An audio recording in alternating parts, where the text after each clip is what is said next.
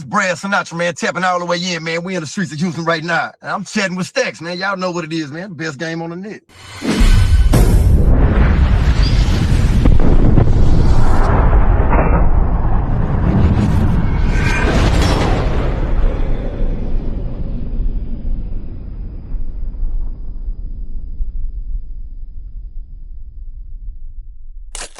Welcome to this episode of Chattin with Staxx. I'm your host, Bill Staxx, and today I got Brad Sinatra. What's up, man?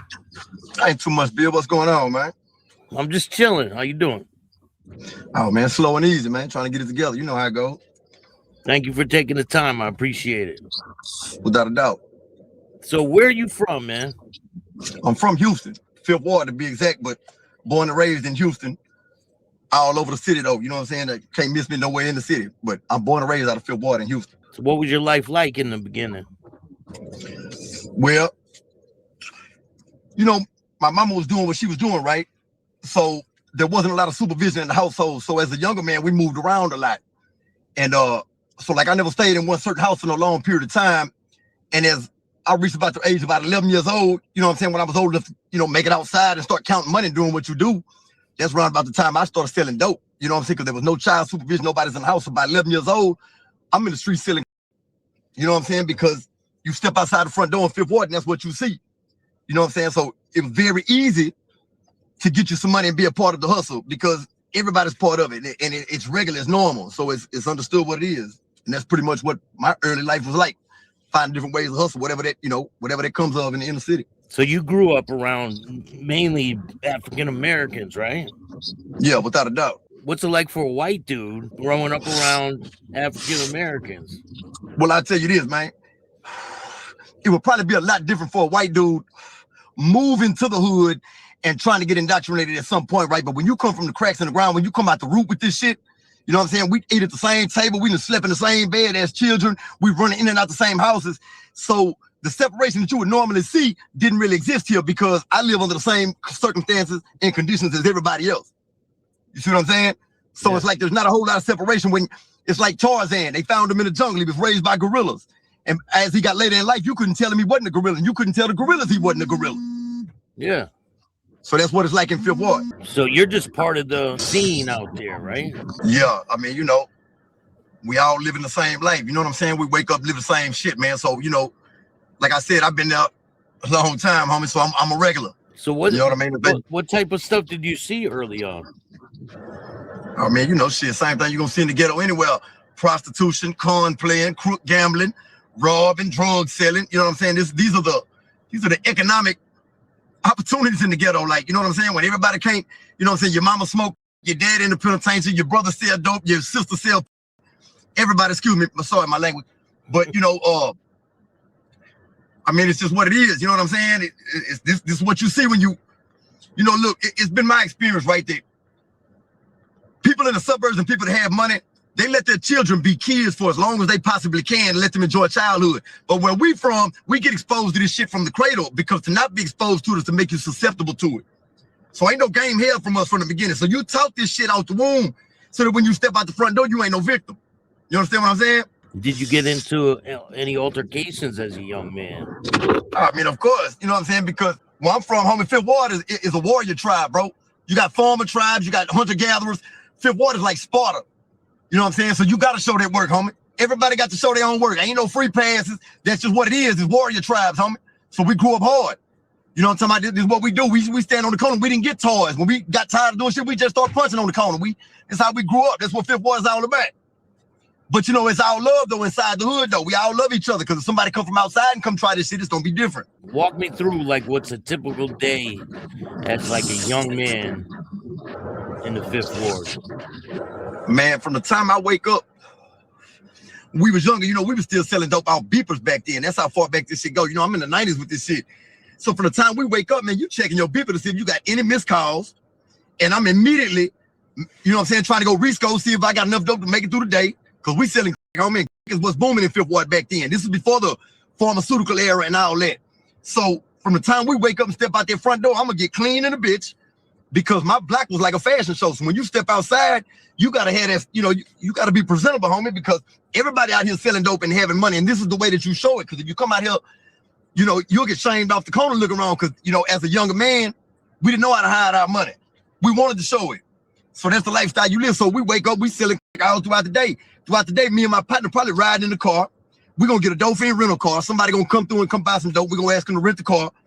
And we're going to ride around all day working off our people, smoking weed, drinking syrup, eating out of the fast food spots. You know what I'm saying? And just living our life in the city. But nothing, everything revolves around selling dope. That's all it was. So did you get in trouble doing all this? Man, listen, homie, I caught a capital murder case at 20 years old. Before that, I'd had 19 arrests by the age of 20, homie. You know what I'm saying? I had 2 dope cases as a juvenile. When I was 15, I was hustling at this motel, I-10, at a Ramada Inn. And we had been trapping out the motels because the motels are like, prostitution, run, dope and shit. You know what I'm saying? So we trapping out the motel. Well, I had served this dude that I kind of got a weird feeling about him the night before, right? I just had a funny vibe from him, but I don't know. I served him anyway and fell asleep that night. Woke up the next morning, the laws was knocking on my door, but I didn't know who it was. I was full of syrup. I'm like 15. So I open the door. What's up, man? And it's the laws. So I can't tell them they can't come in because the room ain't in my name. I'm a juvenile. So they come in the room. You know what I'm saying? They look inside the drawer right there. I had some money wrapped around the clip of my beep and a bunch of jewelry and some dope and shit. And they was like, so they played. I'm like, well, whose money is this? I said, that's my money. Well, what about this dope? I don't know who that is. So they took me to juvenile. I went to West Dallas downtown, caught a dope case. They called your mama to come get you out, just like you out on bond. And 1 week later, in another motel right up the street, me and my partner beat up a dope fiend in the parking lot because they owed my partner some money trying to run across I-10. And his dope fiend called the laws and told him what room we was in. They ran up in there. We had a case with a shoebox full of weed. And me and my partner had a bunch of rocks. And he had a big-ass 357. But my partner was on parole. I'm only 15. So I took that case, too, to keep him from going back to prison. And this when I was 15. So, ended up getting juvenile probation for both of that. You know what I'm saying? Got a year juvenile probation. But by the time I was 16 when I got the probation. And then by the time I was 17, I had caught a murder case and ended up going to the county jail, which just all that juvenile shit went right out the door. And I got no bill by the grand jury on that case right there. Then, after that, 2, 3 more dope cases, back to back, hustling out of motel rooms, just hot ass spots. That's how the ghetto is. The murder case, did you get convicted? No, I got no bill by the grand jury. It was some bullshit. I just got jammed up. My name got caught up in some bullshit. You know what I'm saying? Somebody thought they knew something about something. I don't know, a bunch of bullshit, whatever it was. They jammed me up and it wasn't nothing. You know what I'm saying? I ended up getting no bill by the grand jury, but they kept me in the county for 45 days on a criminal trespassing, trying to hold me in there long enough just to see if they get an indictment. During your time doing this, did you ever have anybody try to rob you? Oh, yeah, man. I've been robbed. I mean, that shit happens in the ghetto. I had a best friend that I was hustling with, that one of his partners had came out of prison, and I didn't know him, but on the strength that he was my partner's friend, I had started kind of hustling with him a little bit, you know what I'm saying, looking out for him. So us 3, we're all hustling out the motel room. Anyway, me and this dude have a discrepancy about something, and he burned off. And make a long story short, he get one of his partners to come back, and the scar is on my lip right here. I got a scar on my lip right here. Dude come in there first. He knocked on the door, and I looked out the door, and I just seen a dude in a blue hoodie. But like I said, I've been trapping out the room, so I got a Glock 38 on the table over here. I'm like 16 at this time, so I opened the door, and the dude try to mumble something, try to rush up in the door. So when he rushed in, we're standing there squabbling. First we just throwing punches by the door. You know what I'm saying? Then he had a blue hoodie. I remember he reached inside the hoodie, pulled out there. I seen it chrome 38. When he pulled it, I said, "Oh!" He hit me. Pow! Hit me in my mouth. I fell to the ground. So when I'm on the ground, he like, "Give me the money, give me the money." So I'm on the ground, got my feet up. I'm like, "Man, hold on, bro. So I ain't got no money. I ain't got no money. Like, give me the chain." So I broke my chain and I threw it out the door because if he runs for that chain, I'm gonna go for this Glock and we finna shoot it out in this bitch. So when I break the chain, throw it out the door, but he don't bite for it. So I'm still like this. He rambled through my pockets. I had about $1,200 of punk shit in my pocket. And he hit me again. Boom, I got blood out coming out the back of my neck. And this motherfucker, I had the brand new Jordans that just came out that day. The Jordans and some Air Max, they were sitting on. Man, this fool took my money, took the 2 blunts I had on the thing, took my Jordans. That's what ran me the most high when he left out that bit. But he took off running out the room. And, it was gone. But that's a long story short. But, that's just what, it happens, man. You know what I'm saying? Did you ever rob people? Oh, come on, man. You know what I'm saying? Yeah, well, this is all old. Everything we're talking about is all. Yeah, without a doubt. We talking about 30 years ago. You know what I'm saying? And, I ain't never with no kids and I ain't killed nobody that they don't know about. So, you know what I'm saying? Other than that, you know what I'm saying? I ain't no statute of limitations. So I understand on this shit. I'm just saying 30 years. Yeah, bro, robbing was understood. That was second nature. You know what I'm saying? I mean, my very first robbery, I was 9 years old. They used to have these things called garbage pail kids back in the game. They were like baseball cards. Remember them garbage pail kids? Yeah. So my partner had a BB gun, but one of them heavy, like a real gun.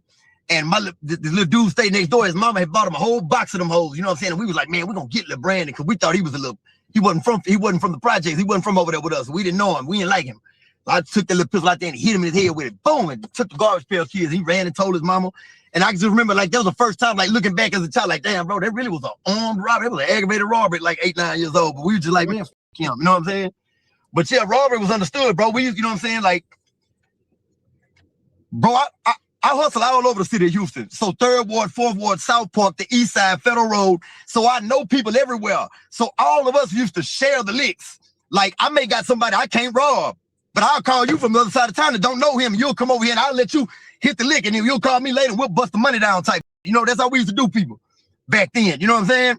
Yeah. So robbery was like understood. If you wasn't strong enough to have it, we weren't gonna let you keep it. That's just how the streets are. Now, when you go to prison, when you go to jail, do they treat you the same as they do on the street?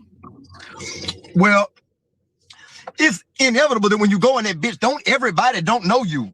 You know what I'm saying? Everybody's not gonna automatically know you. Prison is gonna be different. Harris County Jail is worse than damn near any unit I've been on. Harris County Jail, one of the worst counties in the United States. And you got to show that work in there. Because I used to be in a tank. I've been all over the Harris County Jail, but it used to be a 1301 was the old county, 1301 Franklin.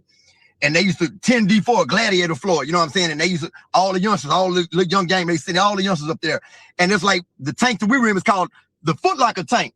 You come off the elevator, the laws used to ask you, like, hey man, you know how to fight? So why was up? So, shit, you gonna have to for them shoes. You know what I'm saying? So it's understood, but I'm not no pushover, homie. I ain't, you know what I'm saying? We've been squatting all our life, so I'm not never tripping about showing that work. So once you show that work a little bit, they be like, oh, nah, he's okay. And then they see like, oh, nah, this boy here for real. And then they know that you really know the streets. That's a major difference too, homie. That's the difference when you going in jail and you want to be cool and you done listen to some rap music and you got some black friends. But it's different, homie, when you know them streets. Knowing the streets is something different, homie. I know the names, I know the places, I know the corners, I know the blocks. They know me too. So that's different, homie. Because I can go to any neighborhood and get a gangster on the phone. That's no cap. It's a lot different than, like you said, just some kid that goes to prison that's not involved with everything. I see it all the time. Listen, bro, I'm not easily impressed, homie. So I'm a blood, homie. So in that prison, bro, I've seen a whole bunch of white bloods that come in that bitch, you know what I'm saying? And bro, that doesn't make me necessarily gravitate to them or make me think, you know what I'm saying, because you're a white blood, bro. I'm not easily impressed, homie. I didn't get it easy, homie. I'm not gonna be easy on nobody. You gotta impress me, homie, you know what I'm saying? Because like I say, this shit builds character, homie. You gotta go through this shit. Ain't nobody finna give you no motherfucking pass. So I don't necessarily just, you know what I'm saying? I've seen it basically what I'm saying, bro. I know exactly what you're saying. I see the type. And you can feel when it's different. What do you think of 1090 Jake? Well, I mean, I think he's an excellent investigative reporter. You know what I'm saying? I think he covers his topics fairly well from what I've seen. Now, I don't know about the rest. You know what I'm saying? You're a bunch of people talking about how them dudes be indirectly working with the laws and like, you know, doing enough investigation, try to getting people locked up. Well, I mean, all I can say to that is, homie, is well, if you tell a man something to get you indicted or something like that, or you get on the bad side of this shit, homie, all I can tell you is live like they on the way and stay safe. But I think he's a pretty good, I think he's good at what he does. I think he has a hell of a fan base. I respect his craft. He said that he was representing the Bloods in the prison. Do you think that's true? Who was? 1090 Jake? Yeah. I never heard that. My affiliation and experience in prison and how being a white blood in prison isn't ideal. So if Jake is a real blood and he said the Island Boys aren't real bloods and Jake didn't say Melly wasn't a real blood, then Melly must be a real blood. He said it. He I ain't said gonna say that I don't he think was. it's. I mean, I'm not gonna deny it. I'm not gonna say I don't think it's true. You know what I'm saying? I give any man the benefit of the doubt. I know if I was to talk to him or something, you know what I'm saying? But I wouldn't really give a like, that's not me to try to figure out whether or not you lying, bro. I don't care. I'm living my life. If you is, that's your business. I'm doing this for real. You know what I'm saying? We living our life. If 1090 Jake is, then hey, man, all right, homie, salute. I don't give a though. I don't know him like that. He ain't from my state. He ain't from my city. He can't run those circles I run. He don't know the people I know. So there's no way for me to do a proper roll call on him, and I'm not concerned enough to do it. He said he dropped his flag. I don't necessarily. I would never, that's a term that we don't, you know what I'm saying? Because that means to say that for everything that you say you stood for all that time, you've reached a point in your life now where you don't believe any of it anymore. And I don't believe that necessarily. You know what I'm saying? I don't believe in organized crime and gangs. I believe in a brotherhood and a partnership, a bunch of friends. You know what I'm saying? So I would never lay down a flag, but you can retire emeritus. That's what I've done. I've retired emeritus like a professor does, where he's retired, but he still retains the title strictly out of respect. He's still a professor. That's the way that I have retired from that line of work, but still retain the title strictly out of respect, man. So I'm emeritus, man. I've retired. Yeah, I don't think he did that. Yeah, well, you know, that's his business, man. He'll have to walk his own. He got to, you know what I'm saying, carry his own cross. Yeah. So he know how he feel about anybody he left behind. So when do you get down with the Bloods? I got on in 96. 96 is when I first got on with the Blood. You know what I'm saying? Because my neighborhood is not necessarily just gang related. I mean, you got a lot of shit in Fifth Ward, but right next door to Fifth Ward is Trinity Garden. In Trinity Garden, you got Curry Road, which is understood. It's all Bloods over here. This 5'9" bounty hunter shit going on over here. You know what I'm saying? This was Flamingo Square, all this shit in Curry Road. You know what I'm saying? Shout out Bobo Black, shout out Sinbad, shout out all the day ones, man. You know what I'm saying? Lil Darby, all them, all my homies, my big homies all dead, man. You know what I'm saying? Shout out Stank and Heavy and all them. But you know, that's when I first got on. How old were you? 16, 17. You know what I'm saying? But I had been in the streets. I've been knowing these dudes. You know what I'm saying? Like these, shout out Daniel Coleman, shout out, you know what I'm saying? Like these my partners. I've been knowing these dudes because a lot of Fifth Ward and Trinity Garden is so close. We run the streets together. You know what I'm saying? But then when you come to see how like, I like what's going on with this right here, then you make a decision like, man, I want to be a part of what's going on right here. You know what I'm saying? So that's when those decisions get made. You don't make those decisions lightly though. I don't, and the people I know don't. Do you have to have an initiation when you join? Yeah, without a doubt. Ain't about it. Everything has to have some level of exclusivity or anybody would do it. You know what I'm saying? So everybody's got to go through certain rites of passage and different things you got to go through. You know what I'm saying? You're going to have to do some punching and all that. All the old get jumped in shit. Yeah, all that's true. You're going to punch it out. They're going to run a 5-man team on you. You know what I'm saying? And yeah, you got to show that work, baby. Yeah, and if you don't fight back, they're like, nah, you better get down the road, right? Well, it's the thing, homie. We're not seeing if you can be a punching bag. We're seeing whether or not you're scared in a position, or you know what I'm saying, or whether or not you're going to stay down. We don't know if you're a pain freak. We don't give a damn if you just stand there and get beat on our that serves no purpose. We're trying to see where your heart is, not where the strength of your body. This is just the way we're going to determine the strength of your heart and your mind. It makes sense. Without a doubt. You know what I'm saying? And that's why it has to be some type of, because everything ain't for everybody. And obviously, if you don't got the heart to go through this to begin with off the muscle, well, obviously, baby, this is not the lifestyle for you, homie, because this shit comes with pain. You know what I'm saying? Ain't nobody sugarcoating nothing, homie. This shit comes with pain. So what do you think about all the people that are on the internet and they think they know what that life's about? I pray for them. You know what I'm saying? Because see, the people that's trying to run to the lifestyle don't understand that we've been trying to run from the lifestyle. You know what I'm saying? They want to run to it as a fad, like this is some cool shit to be doing. But man, this was by force, not choice. You know what I'm saying? This just is life. This is what you learn. This is what you know. This is what you do. And they've made it cool because the rappers in the lifestyle make all this shit cool. You know what I'm saying? So, of course, they want to live this shit. But say, homie, if I was to tell them anything, I would tell them the same thing I just said a minute ago. This shit comes with pain, bro. This shit don't come with all this fly-friendly shit, dancing in the club and just hitting up gang signs with everybody and everybody. No, this shit come with death, blood, tears, funerals, caskets, jail time. You're going to have to do all that, homie. You know what I'm saying? And it don't stop there. Just because that happens, you get down there and you still got to be with this shit. You know what I'm saying? Because when I came to prison, I got locked up in February 11th of 2000. I came home the day before Thanksgiving, 2024. I just did 24 years and 8 months in the state of Texas. Flat. Never left. From the time I got locked up, bro, when I first got in prison, see, they got this shit in Texas prison called the Safe Prison Act. You know what I'm saying? And all they got safe prison and all this PREA and all this whole shit, right? They didn't have that shit when I first got locked up. When you first came to prison, when I was down there, homie, you just had to go for what you know. They ain't give a fuck. You go in that bitch, talking about your life's in danger, they'll tell you shit. I don't know what to tell you. Better get a man, get your ass back down the hallway. Yeah. So they ain't give a damn about this shit. I'm telling you, there's no cap, bro. I swear to God, I've seen on that Ferguson, we in that hallway on Ferguson, the people used to come down that hallway and I watch them trying to catch out and go tell the major, I can't go back down on the block. I don't see your head bust. Come back with some bandages. I will get you in.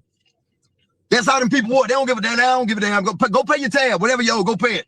That's what they tell you. Get out the hallway. Go get a man. You know what I'm saying? So when I first got down there, bro, in the early 2000s, homie, Bloods wasn't as deep as they is now. Lil Wayne made the whole world Bloods. Everybody wanted to be after Lil Wayne them came out. You know, so we looked up and they started getting deep. But when I first got down there, homie, It'd be 6, 8, 7, 8, 10 bloods on a block and 45 Crips.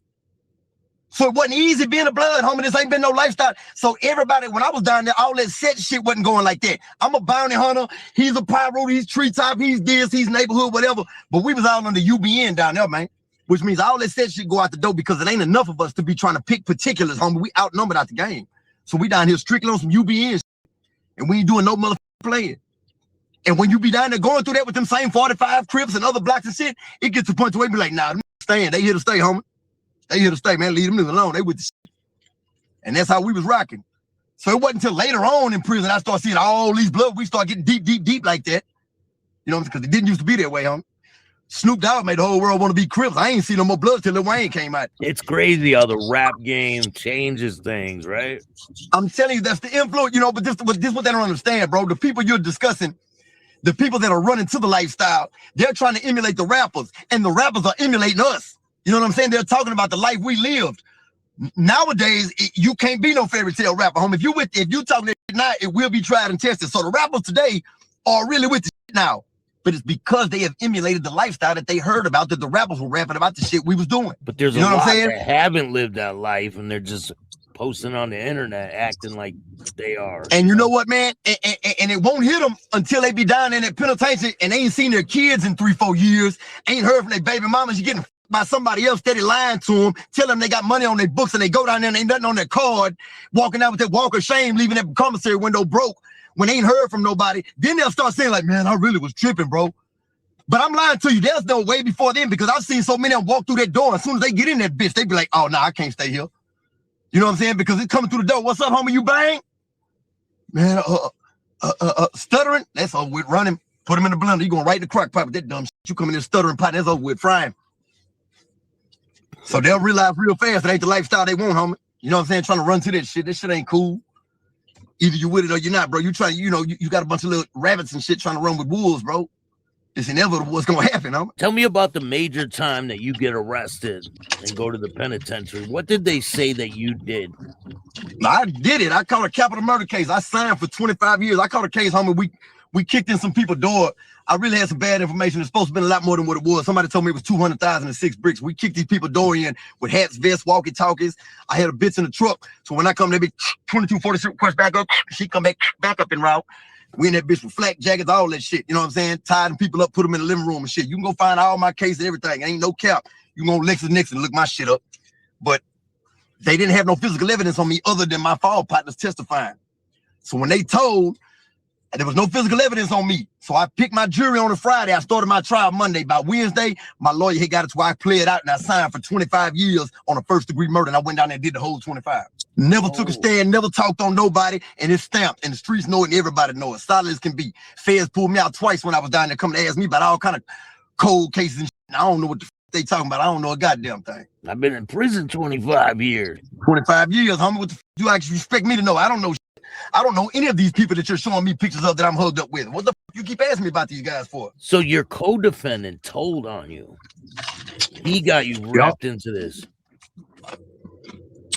Yep. Wow. So just like that. You pled out. And you know what's crazy? I'm gonna tell you something. Now I'm gonna take you on the gangster ride when I tell you this little part right here, right? Because this is the reality. When shit went sour that night, right off the muscle, as soon as we left that place, my first intention, I was trying to call my partner because I was gonna kill that bitch driving and both of them in the back seat and set that truck on fire and tell my partner to come pick me up because I had the backpack with all the money and everything. Because I already, my first intention said, man, he's gonna break. Because she got sour when the house coming out and, you know, shit, I was already seeing shit. And so I'm steady calling my partner like this. I'm calling my partner. I said, man, y'all take me. I'm finna get my partner, meet me and drop me off somewhere. I'm finna shoot this in the head and kill both of them and set this truck on fire and go back to my partner's house and knock on the door because he left with me at 2 o'clock in the morning. So if they find his body burnt up in his truck, the first thing they're gonna do is call his gas. The guy was, well, he left with Brad at 2 in the morning. So I'm gonna go over here and knock on the door and tell this Eric and say, man, hey man, boom, boom, boom, boom, walk up out there and get the fuck on. But God had different plans, bro. You know what I'm saying? It's not how it played out. But that was my first intention, though. My partner never answered that phone that night. I could never get in touch with him. I was trying to blow that phone up, but that's how God works. Did you have a feeling? You said you had a feeling that he was going to tell on you? This what happened, bro. If we go in somewhere to go do something, right? Listen, you got to understand this. I know people who used to say like this, like on the way going in somewhere, my partner be like, oh man, what it's like when we go in there. He say, pull the plants out the dirt and pour the water out the fish tank. You know what that means? It means everything in here gotta die. Pull the plants out the dirt, man. Pour the water out the fish tank, bro. Everything, this bitch gone. So I don't be want to go on them type of scenes like that. You know what I'm saying? So that wasn't necessarily the place supposed to be right off the muscle. It wasn't supposed to be like that. And if these dudes would have done the right thing, while I'm going to get this dope and this money, I come back out and these people are laying on the floor in the living room, ain't nobody watching them. And these dudes in the back room rambling for shit, stealing jewelry and rims and bullshit.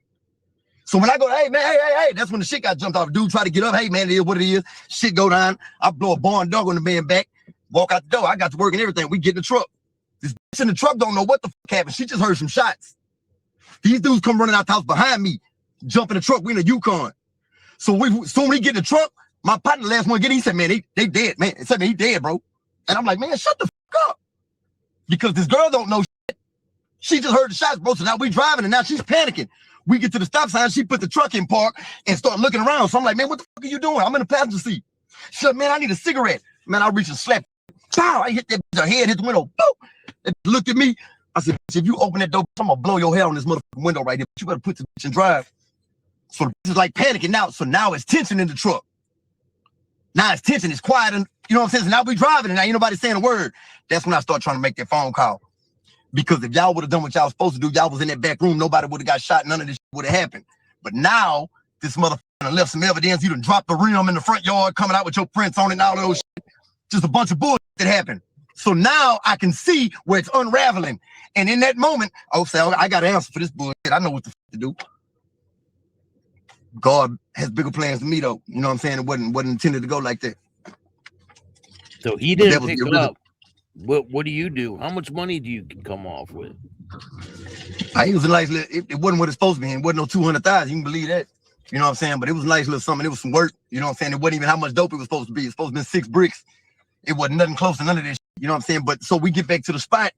And now the AR-15 that I use, right?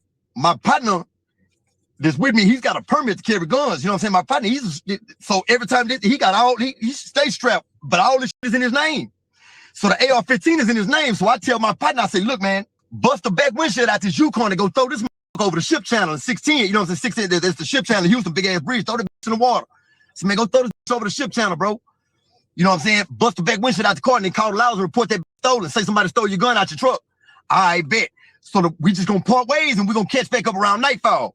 Right? That was the initial plan. I got to work and everything, though. They done pissed me off. I done got into a fight with my partner about, just miscellaneous bull. So now I'm going with the work and the money. Well, one of my co-defendants, we were so close that when he came over from prison, he paroled to my mama's house. So when the homicide detectives go to looking for him because there's a bitch in the house that stayed alive, she told the homicide detectives, I know who it was. It was Brian. I heard his voice. I seen his shoes. He was over here earlier. So they was already looking for him off the muscle. So where did they go looking for him at? My mama's house. Because this is the address he paroled to. So it's a homicide detective that's been knowing me all my life named Mike Simpson, Harris County homicide detective. Mike Simpson, Larry Davis.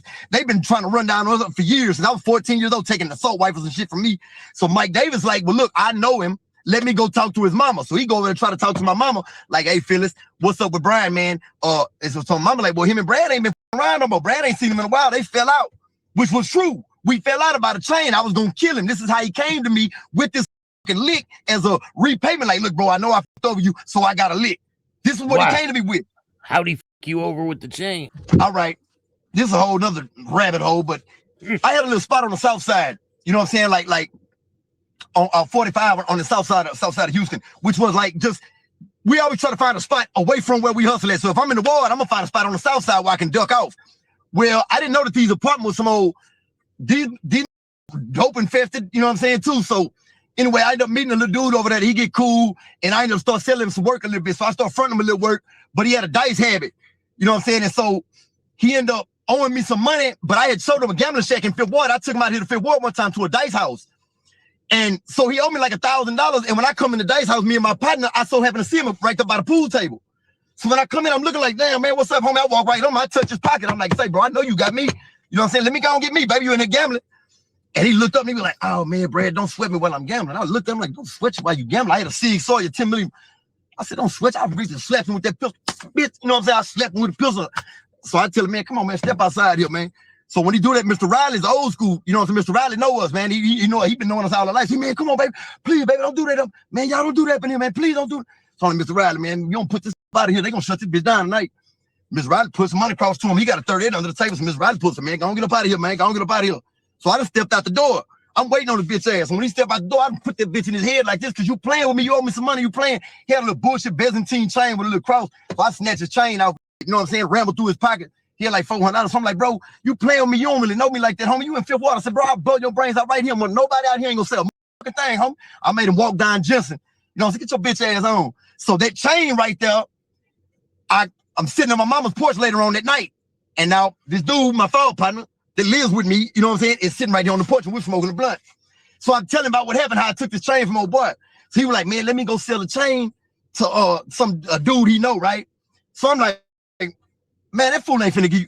I don't believe the fool gonna pay $1,000. I said, man, just give me $1,000 for the chain. I don't even give a damn. You know what I'm saying? Give me $1,000 for it. So he like, man, I don't think the dude gonna pay no. I'm telling him I don't think he gonna pay $1,000. Man, let me try to work. All right, go ahead. I let him take it. Before he leave though, I say, Brian. I said, bro, Kane killed Abel. They was brothers, bro. We just partners, man. I love you, bitch. Don't play with me, bro. Oh, bitch, you tripping, bitch, I ain't. All right. He burnt off, was supposed to come. It was like 4 o'clock in the morning. It's still dark. He burned off. He was supposed to go there and come right back, man. I sat on the porch till like 8, 9 o'clock in the morning, just smoking blunt, shaking my head because I know his bitch ass gun. You done pulled a stunt because he started smoking Primos.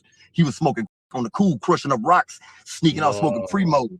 And you can't hide it from me, bitch. We've been around dope all our life. So when I smell it and see it, I know what's going on, bitch. So now you done developed this slick ass habit, and now you're stealing, doing, because I be missing little bullshit, right? My mama used to try to defend him. Man, you just tripping. You full of that syrup. Man, I ain't full of motherfucking syrup. I know what the fuck going on. Y'all be thinking I'm more fucked than what I am. I know how much money I got. You know what I'm saying? So small shit like this. So that's what made it beat me for the chain. So now I'm gonna kill this because I'm fucked up about this, because it's bigger than that now. Now it ain't just about the chain, bro. You said fuck my mom and everything. You know what I'm saying? Like, you live here, bro. You'll say fuck me like that. So now it's already understood when I catch him. So he'll call my phone periodically, and I answer, hello. He be like, man, say, bro, let us, man, call me, bitch. Hang the phone up. Well, one time I'm at my partner's house, and I'm sitting in the back of the driveway, like had like a tool chest in the, like under the carport. So it's kind of dark. I used to keep the Mac 90 in the bushes right there. So I'm sitting in the back of the driveway, and I see him. He's in the passenger side with a car. Got a bitch named Stephanie driving it. When they pull up, he don't see me though. I got a black hoodie on. I'm smoking the blunt, so I reach and grab that Mac 90 out the bush and start walking up towards the car. When he see me, he tell that girl, man, go. They scratch off. So he's hanging out the window and he's like, man, Brad, my son's in the car. I ain't finna start, I ain't finna start shooting. This my partner's spot, right? You know what I'm saying? I ain't finna burn but I got to blend my hand. I'm waving at, I got the bitch, I'm waving the bitch at him. Yeah, bitch, I'm gonna catch you, bitch. You know what I'm saying? But he trying to tell me like, man, my son's in the car, bro, don't shoot. Yeah, all right, yeah, I got you, boy.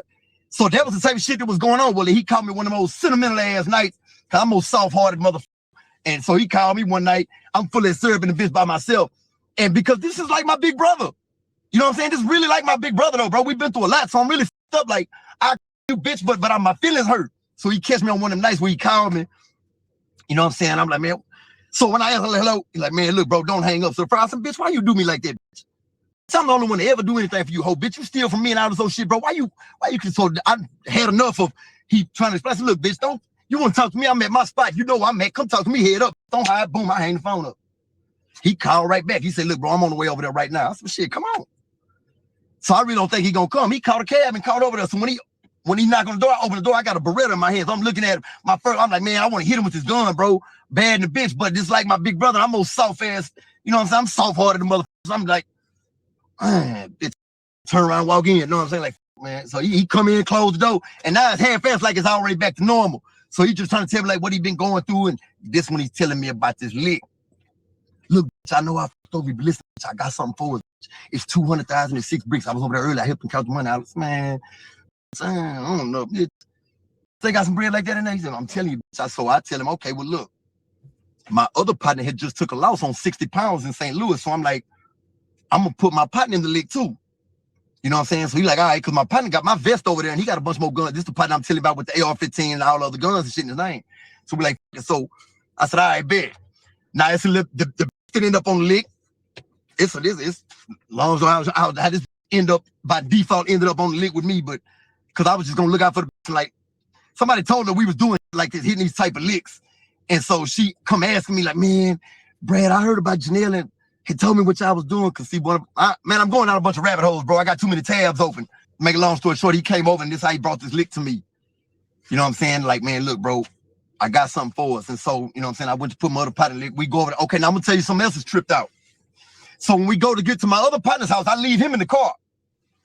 So when I go inside, I tell my partner, I say, get up, bitch, get up. It's like 2, 3 o'clock in the morning. Like, get up, bitch. He's like, what's up? I said, you wanna go get some money? He's like, what's up? I said, bitch, I got some for 200,000 right now. Bitch, we gonna get some money. Let's go.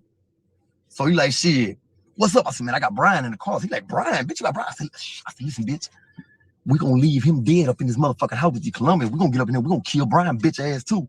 Nobody knows this conversation but me and him. Yeah. It didn't go down like that, right? But when all the shit hit the fan and when he got locked up too, I had his statement when they finally caught me, and I read in his statement where he told the homicide detectives that I told him in his house that I said we was gonna kill Brian and leave him in the house. And he was trying to tell me, like, man, them people forged my signature. That ain't my real statement. Don't nobody know that but me and you. You told them people that. Were you in jail with him? Okay, look, they both got locked up. Look, when the shit happened, January the 18th of 2000 is when this happened. The dude that was living with me, Brian, he was locked up within 6 hours because when they left my mama's house, they went to his grandmother's house looking for him and seen a bunch of missed calls on the caller ID from a motel. So then they sat out there and stalked the motel out, and he came out to the soda machine. They ran down on him, and he had on a leather that he took from out the house and some guns and shit. He had some other shit, and he told it right off the muscle. He told him everything. Now, he don't really know my partner who I took him to go get the guns and shit. All he knows is what apartments he lives in, because remember, I left him in the car. Yeah. So now they go staking out these apartments and looking for this black Yukon. So when my partner pull in, he getting a shootout with the laws in the apartments. This is the next day. So this is 2 days later. I'm on the run though. So when they come get my partner finally and take him to the county, I'm on the run for like a month. You know what I'm saying? It was like a month I was on the run, but I'm in the club every night. Bitch, catch me if you can. Gingerbread man. I wasn't trying to hear that. I ain't give a I threw my phone over the ship channel and I would stop at payphones and call my phone and listen to my voicemails, and the fucking homicide detectives would be leaving me messages like we were friends and shit. Man, Brad, if you don't turn yourself in, man, you're gonna be on City Under Siege tonight, man. You're gonna be all over the news. So I flew to my partner's house and said, say, put the tape in. I'm gonna be on the news. Record this. You know what I'm saying? I thought it was a joke. So anyway, man, you know, shit. So tell me how it is that you end up linking up in prison with this dude, and you said he tells you that he didn't say it, right? No. Have a conversation with him? No. See, we're not linking up in prison. All this, we're in the county jail. Yeah. So we're in the county jail. Back then, you were still able to, like, if we're on the same case, we can write each other. You know what I'm saying? We have the ability to write back and forth if we're on the same case. Back then, you could write any inmate. So they're sending me letters and shit when I finally got arrested. But my lawyer has their statements. So I've already read their statements. We've had most of the discovery. I've already read their bitch, I'm reading your statement. Because he's trying to tell me, because after he done that, he filed a motion to withdraw his statement later on because he realized he f***ed himself by admitting to being on the crime anyway. So he tried to come up with a bullshit story that I came over there and stole his gun and that he met me at the scene of the crime and we got into a fight outside the scene of the crime, and that's how he got his gun, because they found the murder weapon at his house because he didn't do what I told you and bust the window and throw the gun away. He left it in his house. So when they come, they get the murder weapon. Well, he's got all these guns in his name, these bulletproof vests and shit. All this shit is in the closet. These are all your guns. Why do you have this AR-15 hid behind the water heater? That's the question homicide detectives want to know. If you didn't know anything was special about this gun and you just went and got it back from him, why is it kept in a separate place away from your other guns? Physical evidence on him. He's banned right off the muscle. The other dude, physical evidence on you. You've been identified by a bitch still alive in the house. Me, they don't even know who the fuck I am.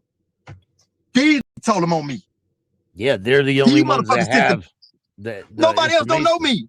Yeah. Exactly. And that's why that first night I wanted to kill their ass off the muscle, everybody. So now I'm on the run. And this Crystal is still out here in the streets though. So I'm knowing to myself, I gotta get this, because if they catch this and this goes and testifies, I'm dead. So I'm telling my partner, we gotta catch this girl, Crystal. You know what I'm saying? So I'm sitting in the spot in 3rd Ward, and my partner called my phone. So when he called my man, I'm like, what's up, bro? He said, say, man, you got some drink over there? So I'm like, nah, I ain't got no drink. He like, shit, how much you gonna charge me for a prank? I said, bitch, I ain't got no drink. He said, it's too much. I can't. I said, what the fuck? What's wrong with you? He said, nah, it's just me and Crystal. I'm on the way over there right now. I said, come on. Well, his stupid ass, he got an Acura Legend, but it's no tint, it's glass house. Why are you coming in this car? Anyway, so when the bitch is kind of sitting sideways in the passenger seat, when we pull up, I come run out, jump in the back seat.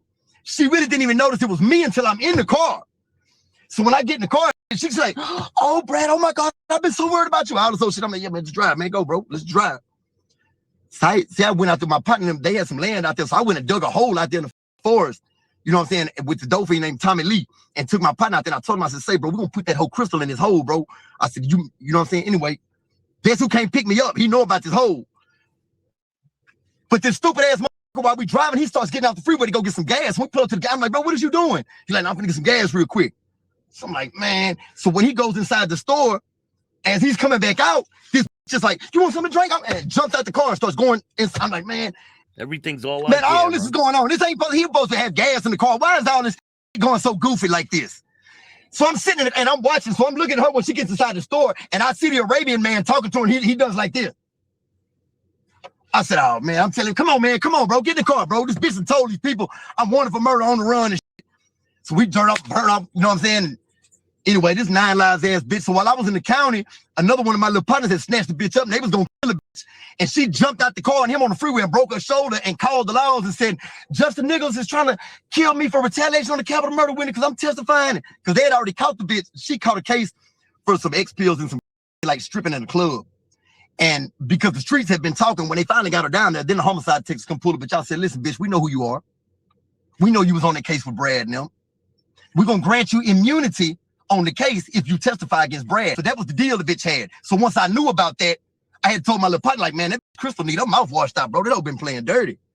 So he get full of that water, because back then he smoked a lot of fry in Houston. You know what I'm saying? That he full of that dip and got her in the car, and he's talking to her. Yeah, bitch, you ain't going to testify on nobody, bitch. I'm finna kill you, bitch. And the bitch jump out the car on I-10, her shoulder up and everything. They send this bitch to Atlanta. Like, my lawyer come see me go crazy. Like, man, what the f you trying to have witnesses kill? Like, man, I don't know nothing about this shit. They go lock my partner up for retaliation on the capital murder witness. So then when I signed for the 25 years, one of the things that my lawyer told me, he said, man, if you sign for this, they're going to drop the capital, drop it to a first-degree murder. When you sign for this 25, they're going to drop the charges on Lil J, on my partner Lil Justin. And that's exactly what they did. When I signed for that 25, they dropped his retaliation charges. Tell me how you got caught. So the chick runs into the gas station. You guys drive away. How do you get arrested? This is how I finally get arrested, man. I'm with this fiend. I'm with my partner, but he's getting chauffeured around by this fiend. Now, they got some motel on the south side somewhere, right? But I'm so paranoid that I've got a cell phone from one of my other partners. Because he got like 2, 3, bitch, give me one of these phones. So this other dude that I end up with is calling for my friend, but I got the phone. So when I ask him, like, what's up? He like, man, what's up? I said, man, come pick me up. Who you with? And he tell me, I can't remember the Dolphin name. He's like, man, I'm with such and such. So I'm telling him, man, I'm on Federal Road. Come over, come pick me up. I'm on Fleming. So when they come over there, I'm telling them, like, man, man, look to the left. I'm to the left. I'm over here to the right in a breezeway with a hoodie on, watching them drive by 2, 3 times to make sure they wasn't following nothing. So I boom, go jump in the truck with them because up, I'm on the run, bro. I can't sell. I'm going broke. All I got is my pistol in the phone. You know what I'm saying? It's like you trying to find. I'm losing my clothes because I took out my clothes somewhere. The law's raid over there. My clothes gone. You on the run for murder, bro. It's serious. You know what I'm saying? So I'm calling him for a ride. I jump in with him. We go to a motel room, such yada yada. I don't know what's going on, but they're talking weird. So the Dolphin is saying, like, when we're driving, the Dolphin is saying, like, man, he was saying, telling me we were coming to pick you up, Brad. And I was saying, like, man, you don't think he's gonna try to kill us or nothing, though? And I'm like, why the fuck would y'all think some shit like that? And like, if we're all right. What I don't know is this finna call his Crime Stoppers on me. We're up in this motel room. So now I'm in here with just me and this dude, and we sitting here smoking weed. The thing say he finna go do something. Well, I'm sitting this bitch like, man, what the fuck is this dude that? He's supposed to have been gone and came back. This dude been gone like 2, 3 hours. So he finally comes back out of nowhere, and he's got a coffee cup in his hand. It's daylight now. He got a coffee cup in his hand, a cigarette in his hand, shaking like a mother. So he coming in. I'm like, man, get me out of here, bro. And I hear my partner say, man, there's HPDs everywhere out there. I'm like, oh, man, So I had a little Uzi. It's just a regular, it was a 9mm pistol, but it's just Uzi is the brand. You know what I'm saying? I had a little Uzi 9. I'm thinking to myself, like, man, oh, this right here. But I know I'm dead duck. So I come out the room and he smash off in the truck. I try to jump in the truck. Laws surround me. I fall down. They got me all surrounded. Bunch of stupid ass shit. But it's like 200 laws. So the lawman that ended up taking me to the 601 Lockwood. That's the homicide division in Houston. They take me to 601 Lockwood. He like, yeah, man, they were saying that you was gonna shoot it out and all type of shit. Because my fall partner has told the homicide detectives that, man, I'm riding around with a bulletproof vest, latex gloves, 2 Glock 40s, night vision goggles. I'm gonna shoot it out with the laws and all this shit. And I swear to God, I said I was gonna shoot it out. I said, man, I ain't going them hoes. I'm 20 years old, I ain't going. But when it caught me, bro, I didn't have the heart for none of that bull. It goes right out the window. You don't really have the heart for that shit, bro. You think you do. Story when they pull up, right? Yeah, like a mother. But I'm all in the moment, you know, like going to, man, them hoes. I ain't going to jail. I'm shooting it out. When they pull up though, bro, that's a whole different ball game. I ain't had the heart for none of that shit. Yeah, but you know so what I'm saying? I'll fight the case. When you go to jail, you end up getting convicted. Do you feel bad about the murder? And are the family of the victim in court? Yeah, they was in court because I remember like my mama was in court, and what was up is like we were at recess one time and they had her sitting out in the hallway by herself, just my mama out there, because I'm an only child, bro. I ain't got, you know what I'm saying? It's just me. You know what I'm saying? So it's just me and my mama. That's why there was no supervision while I'm doing my thing. So she's sitting out there in the hallway, just her, and then all these people's family, you know what I'm saying? That's gotta be an awkward feeling, man, because you know what I'm saying? They tripping. And then like they were doing like when we started my trial, they was doing like playing the 911 tape like that, right? And then so it freaks out the whole, you know, they all go to bus out crying and everybody in there, and I'm like, you know what I'm saying? Like, I'm dead, fucking jury, you know what I'm saying? They doing all this theatrics, that's over with. So I remember on my jury, right, there was a dude that knows he worked for University of Houston, criminal, what the was he was like a professor in college, like criminal psychologist or some shit like that on my jury, right? So I'm like, damn, man, I don't know if this dude. So I catch him in the middle of trial, right? We lock eyes and I'm looking at him. So I'm thinking like, damn, I don't want to look off him. You know what I'm saying? Put my head down, make it seem like I'm. So I'm locked in with him. I said, but damn, I don't want to intimidate him either. I don't know what to do. You know what I'm saying? I'm like, shit. You know what I'm saying? Got that old stupid. Man, I don't know, man. You know what I'm saying? But yeah, I just tripped out. So, and another reason I signed for that 25 years, right? Because I was going all out, bro. I'm fighting this shit. My lawyer told me straight up, he said, Brad, juries convict, man. Juries convict, bro. You know what I'm saying? Because I'm not taking a stand on my own behalf. I'm not getting up there to tell my side of the story. You know what I'm saying? We just finna try to fight their story, right? But it's too much corroborating evidence, bro, because there was a dude's house that I was a dope fiend. I was hustling out of his house. That he puts us all together at the scene of the crime before and after. You know what I'm saying? It's a lot of bullshit anyway, but yeah, they put all the pieces together. Exactly. Now, too much corroborating evidence. You know what I'm saying? So they had built a case enough to where it was pretty much imminent that they was gonna ban me. You know what I'm saying? And so he was just like, man, Brad, what would you take? And I said, man, I wouldn't take shit. He said, look, they're trying to end it today, man. She's trying to give you 35. I don't want to take nothing. I want to go home right now, right? Yeah, what you mean? You know what I'm saying? So I'm really fried out about that because I'm feeling like, damn, bro, what you are you quit? You tapping out? You know what I'm saying? Because I'm feeling like, bitch, you're supposed to be fighting. You tapping out. He said he goes in and he talks to him. He come back and he says, look, man, she's offering 35 for a first degree murder. Well, I'm 20 years old, bro. 35 sounds like 100 years. Yeah. I've got nothing to compare that to. I ain't been alive 35 years yet. You know what I'm saying? So I'm like, man, fuck this shit. I'm going all out. Tell that bitch we're going death penalty at 35. And what? So how much time have you done in this point of your life? Man, I've done like a year and a half one time on a dope case when I was like 18. And then I did like 6 months state jail and then like 3-4 stunts in the county and just, you know what I'm saying? Probably 2 years. Probably 2 complete years of my life at that time that have been, but there's all just been the bullshit stints, state jail, little dope cases, county jail. You know what I'm saying? At this time, I'm 21 years old. I've been in the county for a year already waiting to fight this case.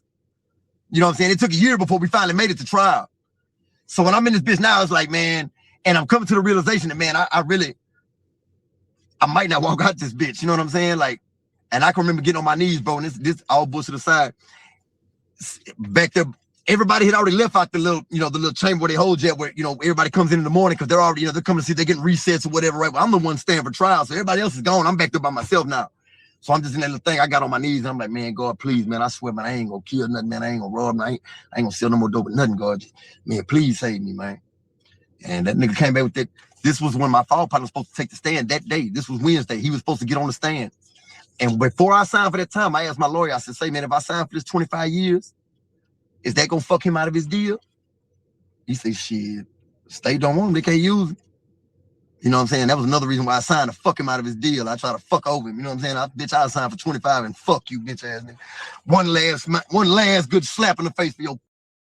Excuse me, I'm cussing too much. So did he get time after? Yeah, he got 25 years because he testified against my other fall partner. He took the stand on him. So all three of us now, me and the dude Remarcus, which is my partner who I went over there had the guns and shit, right?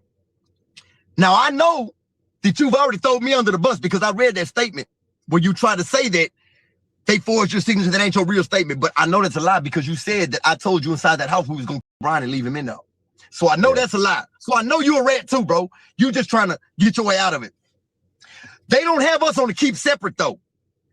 We're not, you know what I'm saying? We're not on keep separate, but he is keep separate from both of us. So we can't see him nowhere. Well, me and him end up on McConnell unit together. You know what I'm saying? Like 2010, I've been locked up like 10 years. I was on Pulaski for like 10 years. He was on McConnell in Texas. So I get shipped over there for a trade and we're over there. So we going to the law library every day kicking in the shit. You know what I'm saying? Because he's fighting his case. He's got his shit on appeal. He's going through the actual innocence and all this shit because like there's a little bullshit in his trial. Like he said that they had a ski mask that they said he had on, but I actually had on. So if they do it for DNA testing, it's going to come back on me and just little bullshit. You know what I'm saying? Like that, we were trying to fight his shit through a bunch of bullshit. So I was seeing what he had. And that's when I was seeing all of Brian's testimony where he took the stand because I read his transcripts in the law library. Because he was on the other side of the unit, but we used to put in for what's called attorney visit. Like, because we're on the same case. So we could meet up in the law library and discuss our legal shit. You know what I'm saying? And that's when I read his whole transcript and shit. I was like, damn, bro, it's up. So I was going to help him out, man. I was like, I'm going to try to write an affidavit or something to help him. And then I realized, like, man, you. You know what I'm saying? I ain't helping you. You try to throw me under the bus, bro.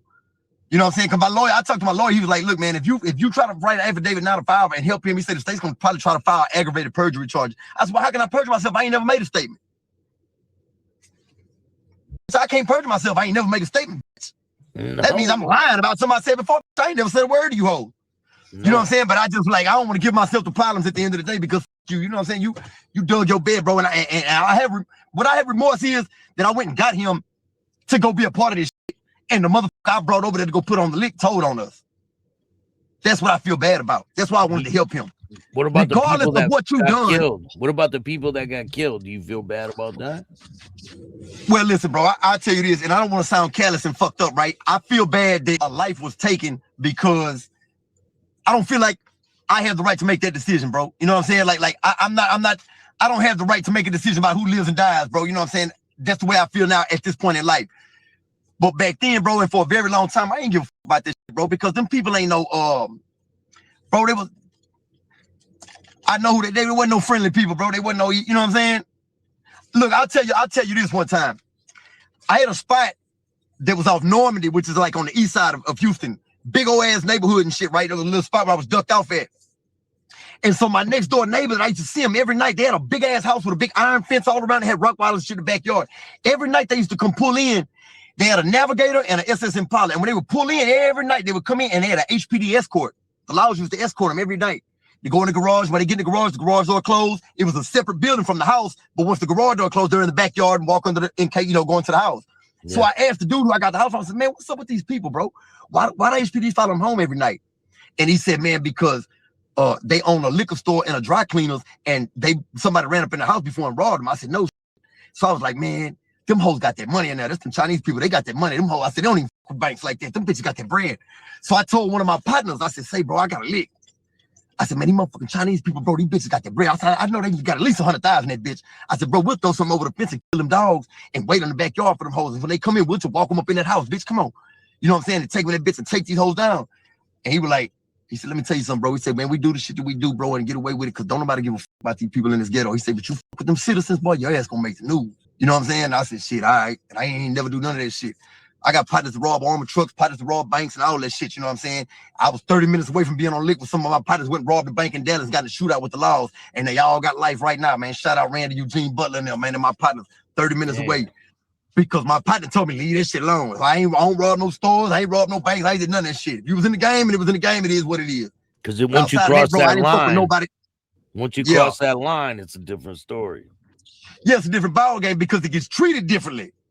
Investigations ain't even the same. Man, you smoke a motherfucker in the ghetto, bro. That might come. Anybody say that? Goddamn.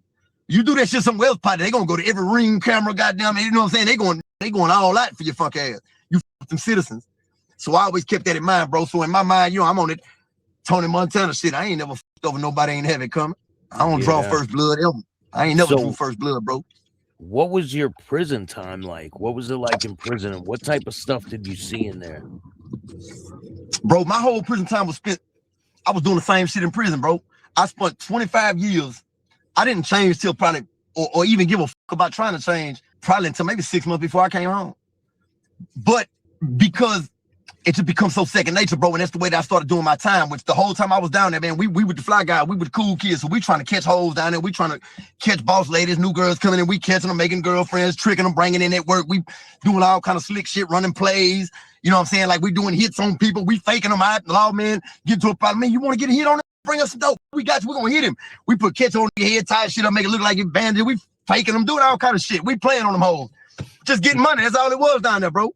Yeah. You know what I'm saying? But, it's a bunch of gangbanging shit go on. But when I was in prison, bro, and this is no cap, everywhere I go, I sit on a higher level at the table, homie. So I always have a voice that, my voice has a little authority with it. You know what I'm saying? Like, so sounder minds prevail, bro. Like, so we keep bullshit down, bro, because I with all the big homies, I with all the big homie cripples and all the GDs and all the these my partners because we cut up bread on a high level. It be them little boys down there to be getting in punk.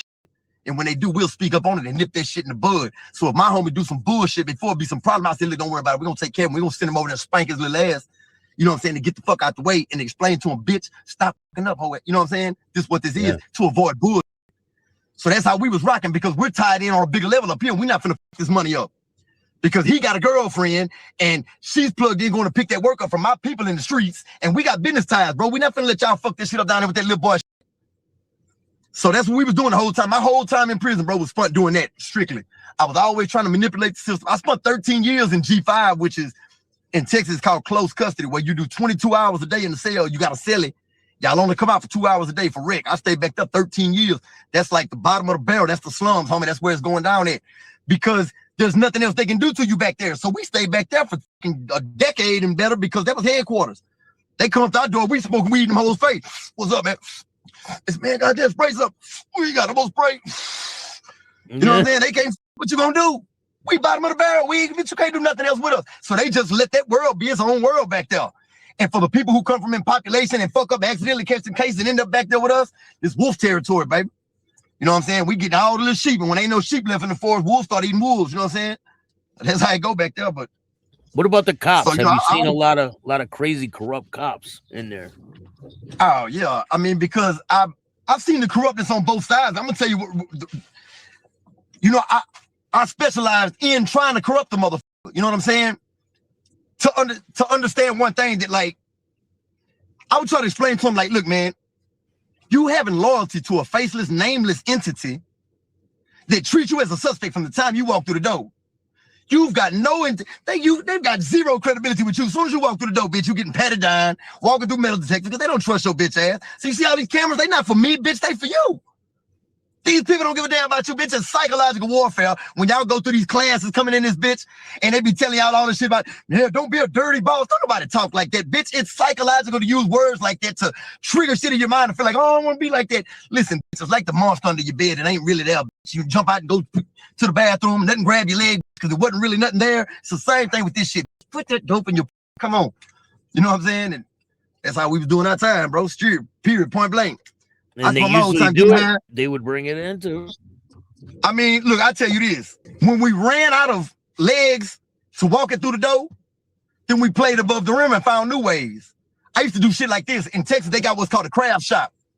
Well, like motherfuckers be making jewelry boxes and saddles and leather works and all type of different shit, right? Well, I told them, had my partner start making jewelry boxes with built-in stash spots in them. And I would send them to the world, and they would get out there and would load that bitch up like 2 ounces 200 X pills and shit like that, and then send it back in that bitch return to send the wrong address. So the bitch come back to the unit, and they're like, man, this just got sent back, bro, wrong address. And they call you, they come get shit, take it back to the craft shop. Ain't nobody touching it, just left. Oh man, return to send. So we pulling plays like that. I was doing shit like, I get them up to donate 24 set, like Encyclopedia Britannicas. You could donate them like to the unit library. But we've been in gut 2 of them hoes out and then load them hoes like 20 phones in this one and 20 phones in another one, and then go donate them hoes to the unit library. When they go in, they go to unit supply. I got a dude named Cuba working unit supply. And I told Cuba, I said, listen, Cuba, I'm gonna give you 2,500 right now. When the books get in there, just walk them hoes out. They're in 2 chain bags, 2 red bags. I said, bro, when they come in that bitch, just walk them out. I'm gonna give you 20. He said, I got one circumstance. You don't tell nobody, man. You don't tell nobody. I bring them when I bring them. You don't tell nobody. I said, I got you, bro. Okay, Cuba 2,500, walked them hoes out. So he took him to my little partner, AJ. I tell AJ, listen, bro, when you get them phones about them books, I got one thing you got to tear them books up. The ones that's cut all up, shred them hoes up, tear them up, put them in the trash way down where can't nobody see them. Yeah, because we don't want to get that play up. Yeah. But you know, mother was doing shit like have partners work the back dock in the kitchen. Well, they get all the bread when the bread truck come in. So the Mrs. Bears guy come up. He's not been trained through none of this shit. We're like, hey, man, what's up, bro? Man, what's up, man? I got 2,500, bro. If you can bring me 200 cell phones. You know what I'm saying? Man, what's up? We start kidding the Miss Bears, dude. Hey, this motherfucker bringing dope in the goddamn pastries and bread and shit when they're picking it off in the back dock. And you know what I'm saying? We running different plays. I'm one of the first motherfuckers that implemented the drone shit. We was doing the drones. I was flying that bitch off a smartphone. They with a 2.5 round radius on that holder. You know what I'm saying? No, that's not the record. It's not the record. It's a volleyball court. Yeah, we doing shit like that. So when the legs stop working, bro, we ain't gonna stop eating. You just find a different way to get some money. Don't they got the blockers though for cell phones? So for cell phone yeah, cameras? But that shit was only that shit is only if you got like if you going like if you got a bullshit service, bro. You know, a lot of times on one road you get bad service, but that shit really wasn't by shit. Once you going 5G, you bypassing all that shit. Them jammers wasn't doing the motherfucking thing. You know what I'm saying? Then like they put the jammers in Texas like in 2008 because I sold the phone to the dude that called John Whitmire, the fucking senator.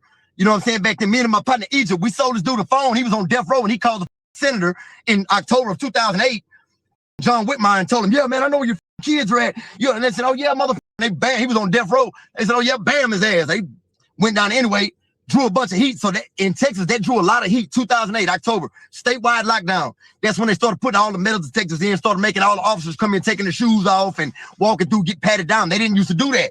They used to just let them walk through the door. 2008, after me and Egypt sold his phone, he called a senator, drew a bunch of heat everywhere. So shit had to change, you know what I'm saying? So we started implementing new little plays. Gotta find a way. Then I ain't gonna lie, once that K2 hit the scene, that shit flipped the penitentiary upside down, bro. Making people act crazy, right? Listen, bro, that K2, I watched that was like the new crack. We watched people that was players used to have money. I'm talking fall off selling their appliances and shit. Motherfuckers selling their radios, selling hygiene, motherfuckers up on that K2, bro. So once we seen that play there, that was a whole different ball game. So now I said, I'm gonna start getting the JWH 018, the JWH 322, the real chemical myself, and I'm getting a little roller from Hobby Lobby, and I'm putting the bitch on paper, and we're writing letters and sending that shit in. I'm selling IDs for 100.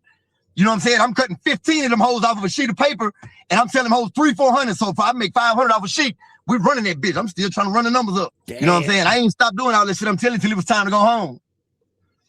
You know what I'm saying? You just start getting slicker and better about the plays and different shit that you were doing. Did you see the quality of people changing from your time in prison? From like when you first started till when you left? Yeah, without a doubt, without a doubt. It's a whole different ball game because, but I'm gonna tell you why. Bro, I don't give a fuck what nobody say violence run the penitentiary. I always have. Violence run prison, bro. Violence run Texas prisons. And when they start implementing all this bullshit, and started making it hard, putting all these cameras and shit in and doing all that, and started riding down on people for the violence, well, then it stopped people from having any stop point. You know what I'm saying? That's hey man, certain shit you don't do, you're gonna get your head bust. But once they remove the threat of physical violence, now people feel bold enough to just start doing different shit because ain't no consequences no more. You see what I'm saying? And then you got the people like me and the people like my partners that we've been doing time so long that, hey man, I'm tired of sacrificing being on the front line every motherfucking time. Because every time we're the ones who be on the front line and set this shit off and burn shit to the ground and spaz out and do all this old shit, and we go to lock up and be backed up for 6 months and everything falls back apart when we leave because nobody's holding together. So we did all this shit for nothing. So you stop being sacrificial. You know what I'm saying? I ain't gonna be the one on the front line every month. Man, fuck it. Y'all like it, I love it. They ain't bothering me. They ain't coming across our path with us. They doing what they doing over there. So yeah, but you see the whole, you watched it when it's like, it's the younger crowd, bro. You know what I'm saying? When the younger crowd start coming in, bro, you know what I'm saying? It's this drill crowd, this rap game crowd. Now they come in that bitch and all they know is shooting them little guns, and you bring your little bitch ass down there, you weigh 135 pounds, holding your pants up on one side with these Jackie Chan shoes fall off the back of your feet. You know, bitch ass don't know what to do. And we tell you, come on here, boy, sit down, shut the fuck up, don't say shit, nigga, just sit right here.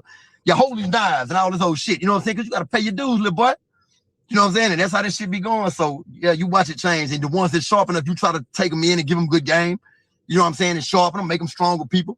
But a lot of them places, bro, if you're not strong, you're not going to stay there. You know, you're not going to stay there, bro. Ferguson, Styles, Polanski, McConnell. I remember sitting on the bench on Ferguson, right? My little partner Zito, he's a Crip. But he was a little youngster. He kind of speak for the little young Crips. And there's a little dude that just came in. So he was giving him the rundown a little bit. And he was like, yeah, homie, as soon as they roll his door, we're going to go to the back and run. But how much you weigh? He was like, man, I weigh 160. So all right, we're going to send 4 at you. He say, I'm just tell you the 3 rules, homie. No snitching, no stealing. And if you're a gang member, no punks. All this shit going to get your ass murdered, homie, straight up. Certain shit put you on the chain bus, certain shit put you on the helicopter. You going on the helicopter for that. He said, I'm going to just tell you straight up, bro, this Ferguson, everybody over here tough. Because if you ain't going to stay. That's a hell of a thing to tell the person when he get down his first day. I'm listening to them tell the story and I'm laughing. I'm like, you little bitch. But I'm laughing because he ain't lying. It's the fucking truth. You ain't gonna stick around long over here, man. It's gladiator shit. It's real rough over here. So, you know, you watch it change, though. You watch it change. So you just start giving a fuck about part of you that. Start giving a fuck about change, the politics. Right? Huh? Part of that made you want to start changing? Yeah, without a doubt, because you know what I'm saying, you don't want to be a part of any dumb shit.